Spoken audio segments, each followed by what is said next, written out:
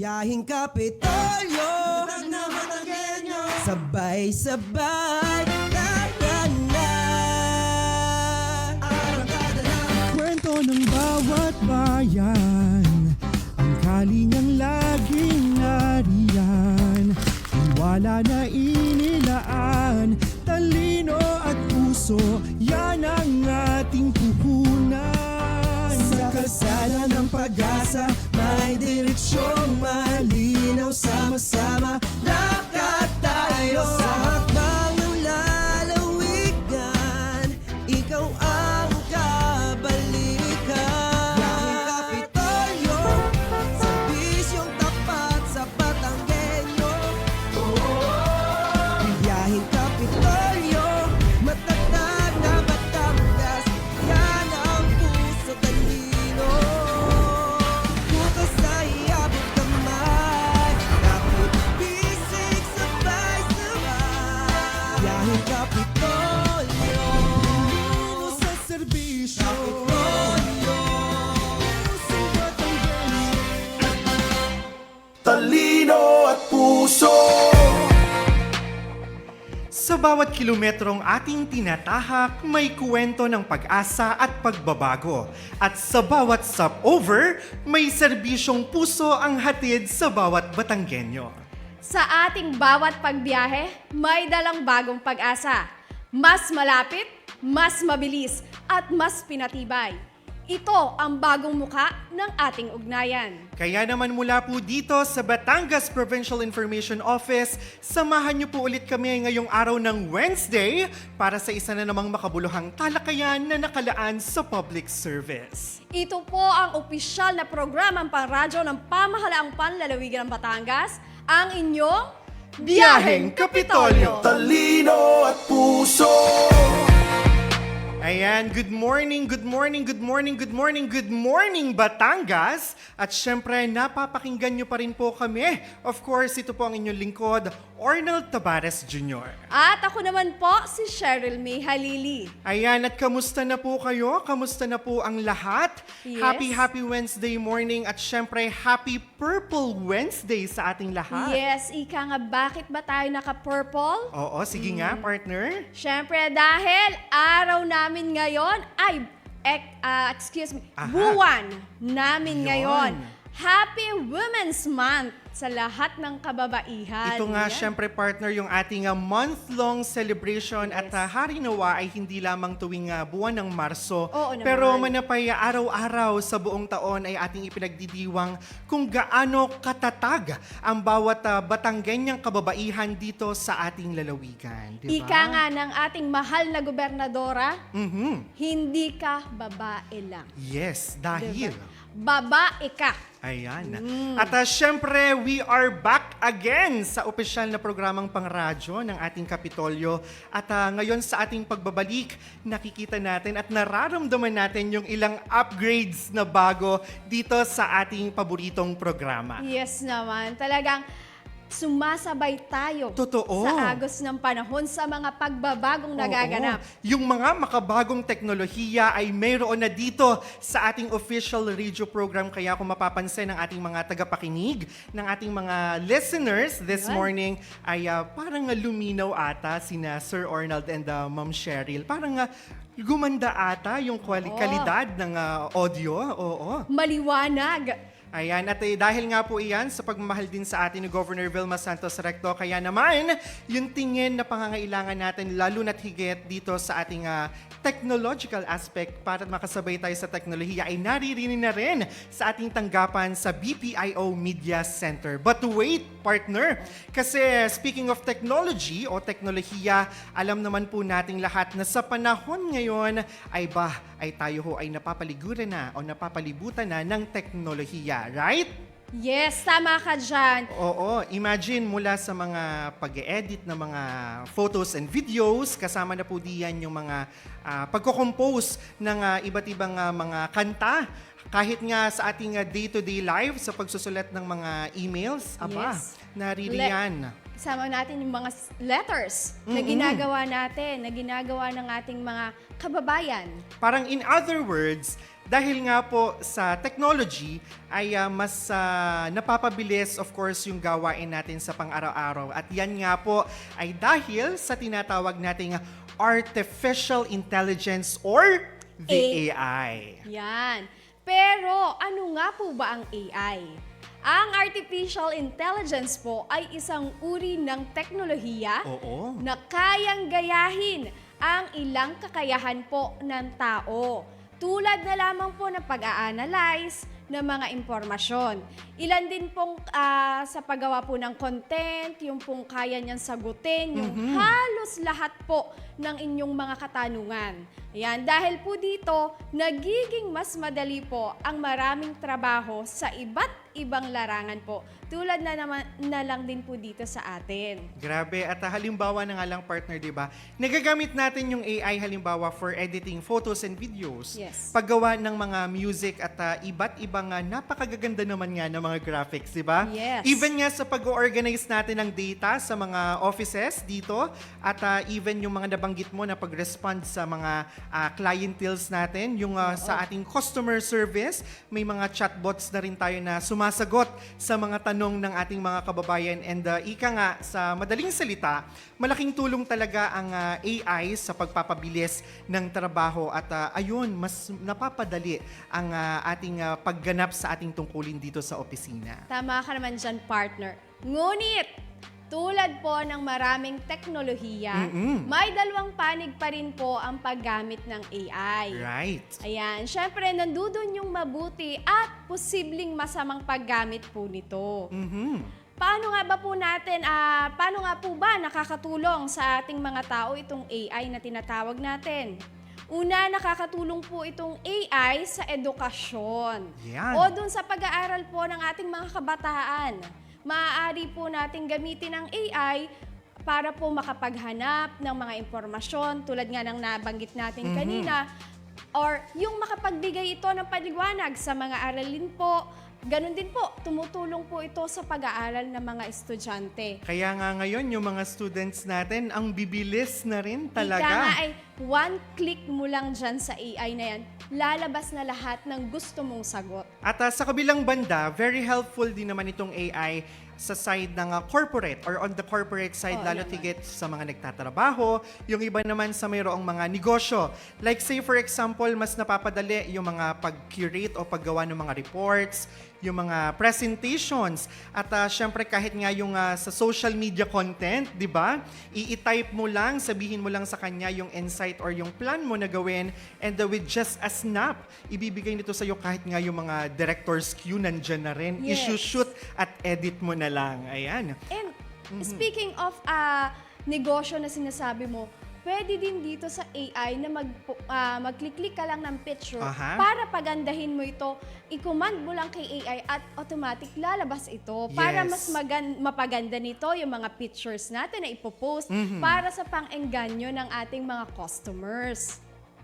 Ayan. Ginagamit din po itong AI sa larangan po ng medisina kung saan po nakakatulong ito sa pag-a-analyze ng medical data at pagtulong po sa doktor upang sa pagdadiagnose po ng sakit.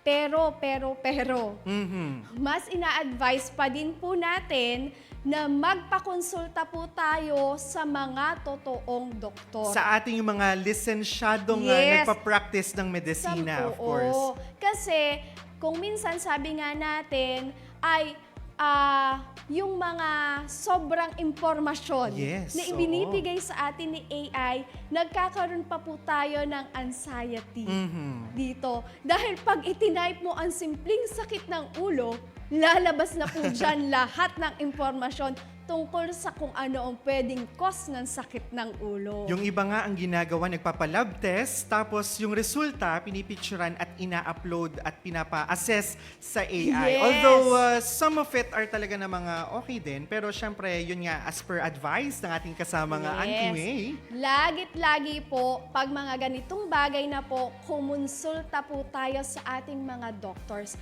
doon po sa mga lisensyadong doktor, syempre natin. Yes. Pero sabi nga natin, kasama nga Auntie May, on the other side of the coin, syempre may hindi rin naman magandang paggamit o naidudulot ang AI. Isa na nga dito, of course, ang paggiwa o paglikha ng mga fake photos at videos. Ayan.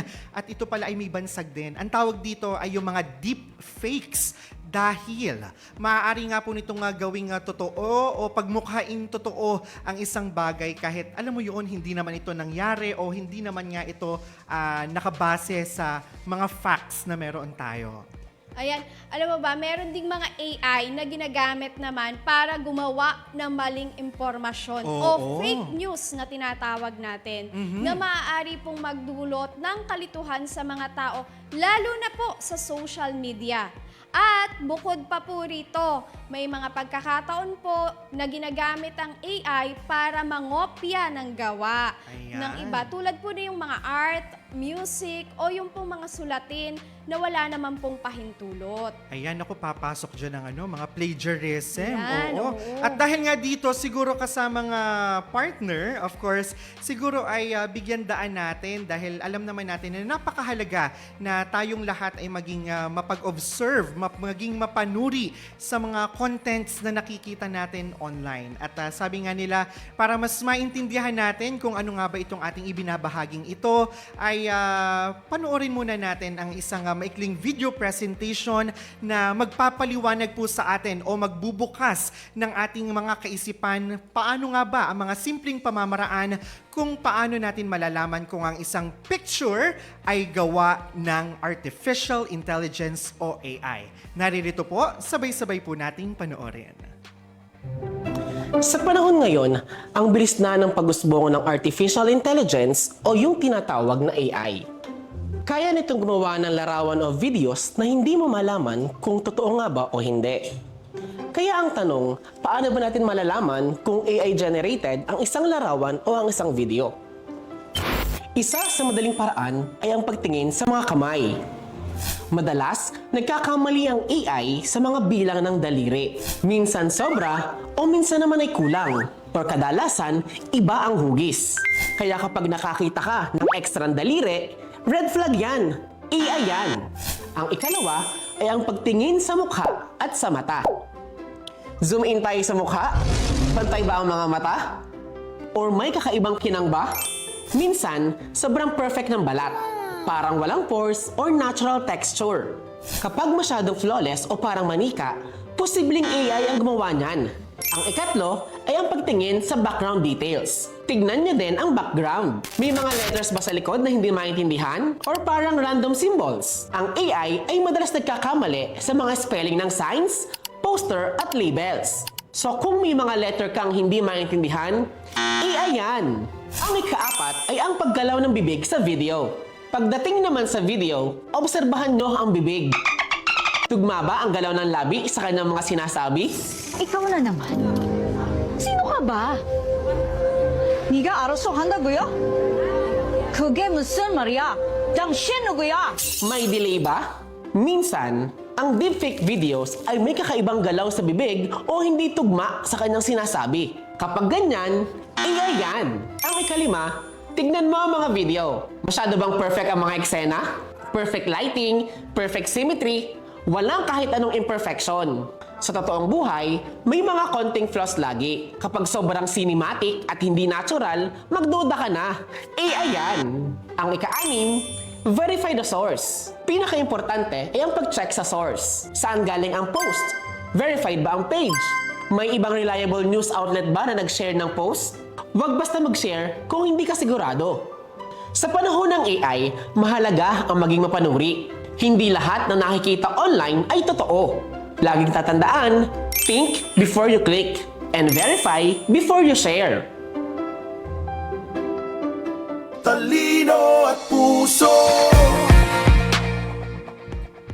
At ayun na nga, oo. Oo, yun na nga. Napanood po natin ang isang maikling video tungkol po sa kung paano makilala o makilatis kung ang isang larawan ba ay gawa ng AI. At tama ka dyan na, Auntie, my partner, my dearest partner. Kasi sa panahon ngayon, napakabilis po ng pag-unlad ng teknolohiya, or should I say, talagang technology is now fast pacing at talagang nagiging mahirap na natukuyin kung alin nga ba ang totoo at syempre alin po ang gawa lamang ng artificial intelligence. Tama ka dyan, partner. Yun nga yung sinasabi natin na dahil kaya na ngayon ng AI gumawa ng mga pictures, videos, at kung ano-ano pa mga boses, yung mukhang totoo. Tunay, talagang lifelike ang kaya very dapat mahalaga na tayo ay may attention to small details din. Pero katulad nga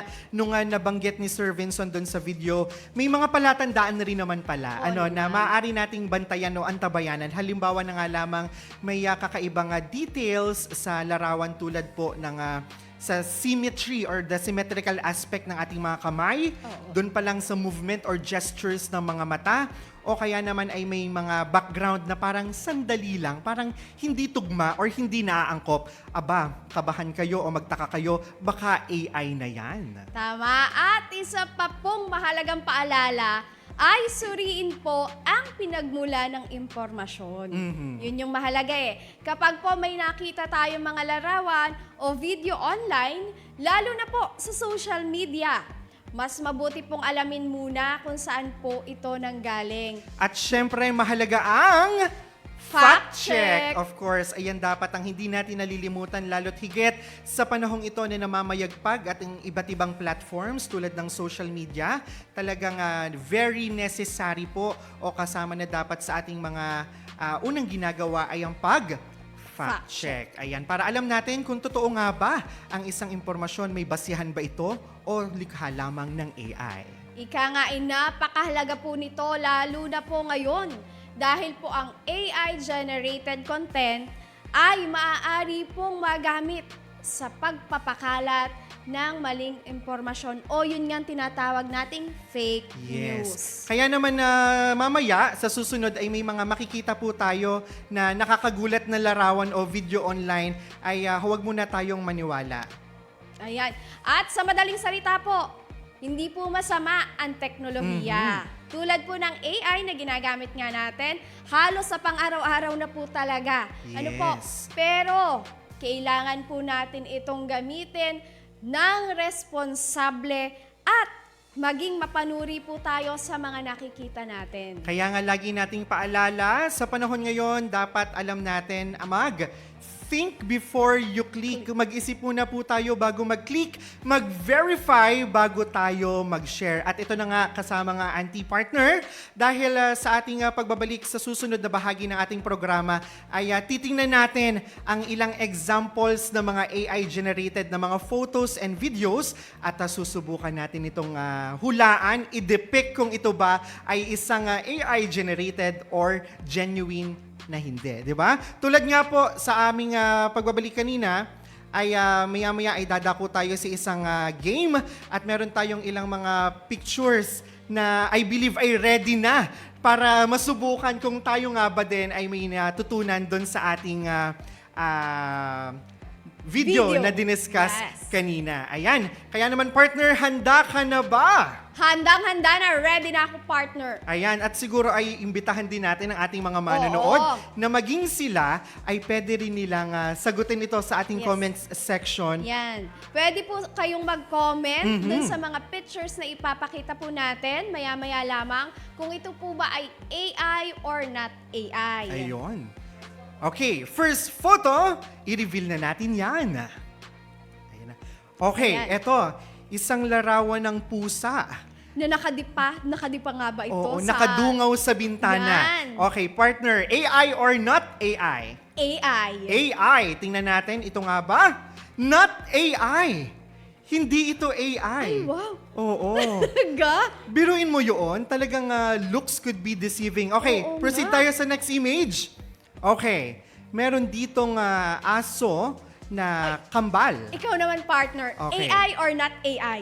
Actually, ito ay nangyayari din naman, pero bihirang-bihira. At perfectly symmetrical ang dalawang imahe. Para sa akin, ito ay gawa ng AI. Tingnan natin kung tama ba. Ay! Hindi rin! Okay. So, So, yun ay totoo. Kaya nga. So, Oo. nakakadalwa na tayong ano. So, next picture. Wala pa tayong naiitama, partner. Oo nga, wala pa Okay. tayong tama.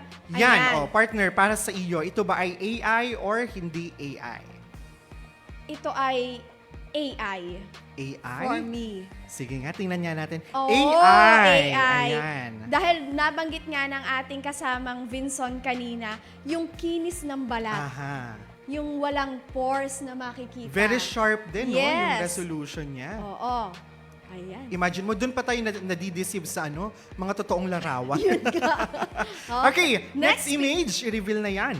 Okay, meron tayo ditong, napakaganda naman ito. Ano ba ito? Carpet? Oo, something like that na nagmukha siyang trail Yes. at very extravagant. But the setting looks so raw and genuine, so I believe ito ay not AI. For me, ito ay AI. For you, Sige ito nga. ay AI. Oo, Sige tingnan nga. natin, tingnan natin.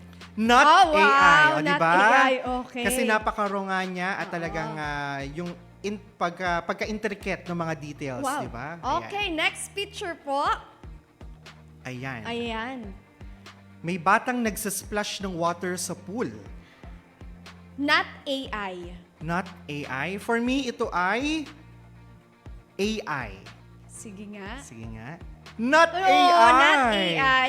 Actually, magaling yung kumuha niya. Oo. Na-timingan niya yung ganda ng splash ng water. Yan. Grabe, magre-repol pa lang yung Oo. drop ng water.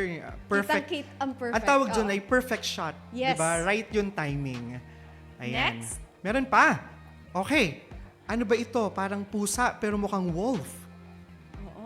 Na napapaligiran ng ano ba ito? Mga dandelions? Yes, ang ganda naman ito. I believe this is AI. For me din, ito ay AI. AI. AI. Ayan. Oo. Okay, may natututunan tayo kay ilan Sir na yung Vinson. itinama natin. Okay. Oo. Meron pa ba, Direk? Meron pa. Okay, Ay, sige. sige. Reveal na natin. Alright. Oh. A self-portrait of a very successful-looking young man. Yes. For me, ito ay AI. For me, AI also.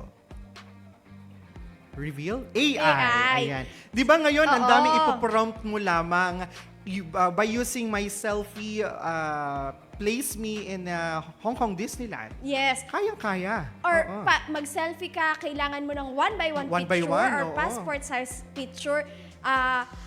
Gawan ako ng ganitong background. Ayan. Ganon. Okay, do we still have photos? I-reveal na yan.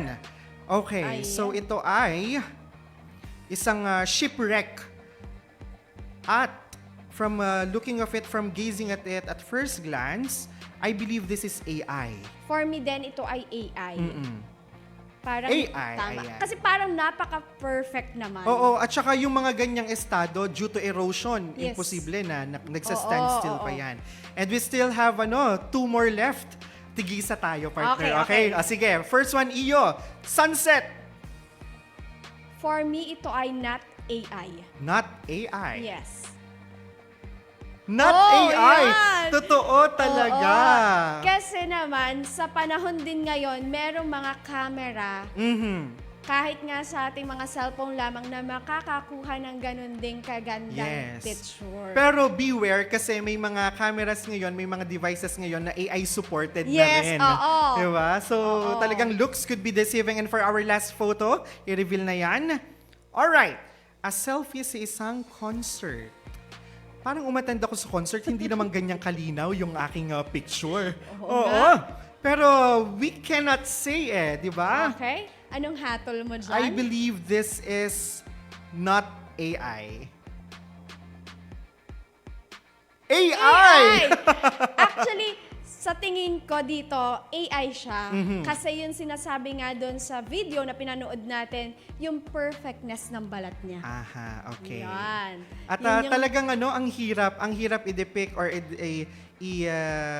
predict kung ang isang nakikita natin through our naked eye ay totoong likha ng tao o likha ng AI, di ba? Pero at least dun sa napanood natin kaninang video, may mga natutunan Yes, tayo. of course. Mula dun sa perfectness ng balat, yung pati dun sa suot Yeah. ng na yung lalaki nga na nakaputing polo. Talagang planchadong-planchado, walang bakas ng gusot. At saka di ba kagaya natin on our part na we have few seconds lamang to glance at the photos and napakahirap talagang ano kung siya ay AI or hindi. Recognize. Kaya may consider natin na ang artificial intelligence ay talagang isang makapangyarihang teknolohiya, di ba?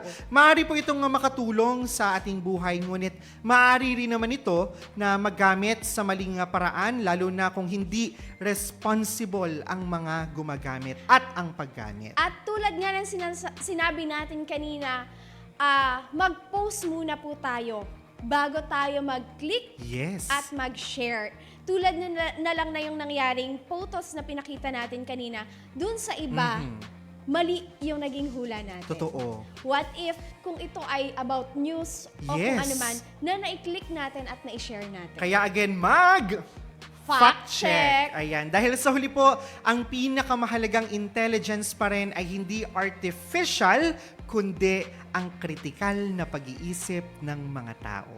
Diba? Napakaganda Ayan. nun. Correct. Kasi ang AI ay likha rin ng mga tao. Pero ayun nga lang, sa sobrang ganda ng pagkakadevelop dito at still nagde-develop pa rin ang AI, talagang maging tayo at first glance, we could be deceived. Kaya talagang mahalagang mag-background check, madaming consideration at madaming factors na dapat i-consider para, alam mo yon, hindi tayo masakop ng AI, pero tayo ang makasakop sa AI at Tama. magamit ito sa tamang pamamaraan. Ika nga ay tayo pa din yung may kakayahan kung paano ito gagamitin ng tama. Nasa sa mga kamay pa din natin ito.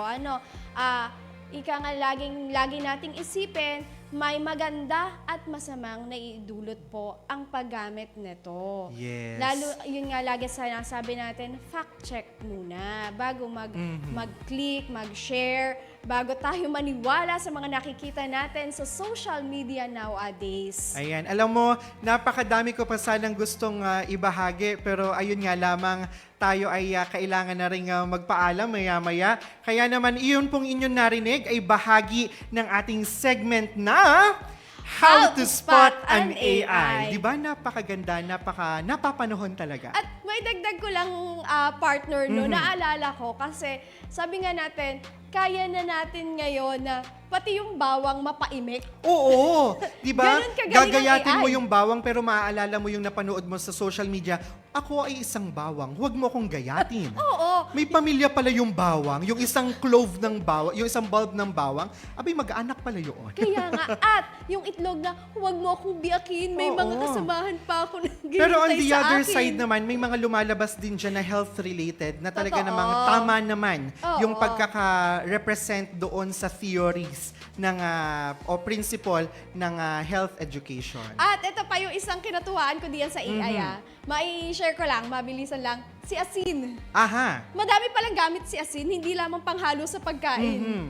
Hindi ako basta asin lamang. Yes. So, Ika nga, ang dami natin natututunan din which is diyan. very justifiable at Yes. essential naman niya, di ba? Oo. And again, ayun nga, kagaya ng ating nabanggit kanina, napakahalaga po na may mga ganito tayong programa kung paano natin mai-spot ang isang AI. At syempre, tingnan natin ang feedback ng ating mga live viewers, sa ating 41 live viewers, tingnan natin. Of course, ayan, bago tayo magpaalam, partner, siguro batiin na rin natin sila. Oo. Yan. Good morning po sa lahat ng nakatutok, syempre, sa ating Facebook Live. Ayun. Ayan.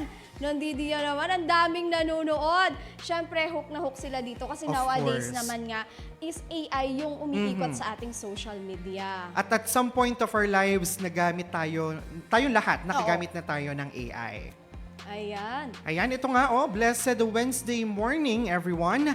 God bless and keep safe everyone. Ayan, sabi ni Tita Neneth Ona. Ayan, magandang umaga po, Ma'am Neneth. Ayan, may bumabati din ng magandang umaga si Ma'am Madonna Lucky.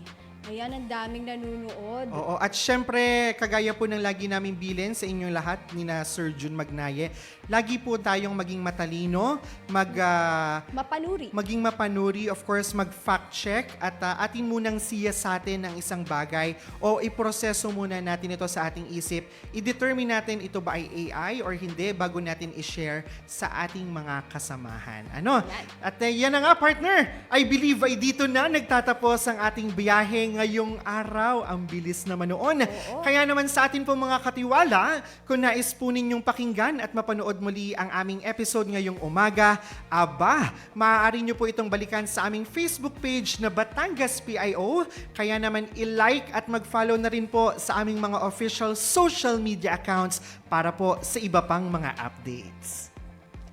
Yan at subaybayan at magkarinigan po muli tayo sa darating na Biyernes para sa panibago pong edisyon at bagong pagpasada ng inyong programang pangkaalaman, Yes. impormasyon at pagbabalita. At syempre partner, hindi natin makakalimutan ang ating technical crew na Yan. kasama nating bumiyahe ngayong araw na ito. At sa inyo po ang aming mga manonood na hindi bumitaw at patuloy po na tumatangkilik sa biyaheng Kapitolyo. Alright, kaya naman, sa ngalan po ni Governor Vilma Santos Recto at ng Pamahalang Panlalawigan ng Batangas, ito po ang inyong lingkod, Arnold Tabares Jr. Nang isang pamahalaang may talino sa serbisyo, puso sa tao, at lahat para sa Batanggenyo. Ito po si Cheryl May Halili. Kaya naman magkita-kita po muli tayo sa susunod na episode ng ating pagpasada para sa tuloy-tuloy na serbisyo para sa Batanggenyo. Muli, ito po ang inyong Biyaheng Kapitolyo.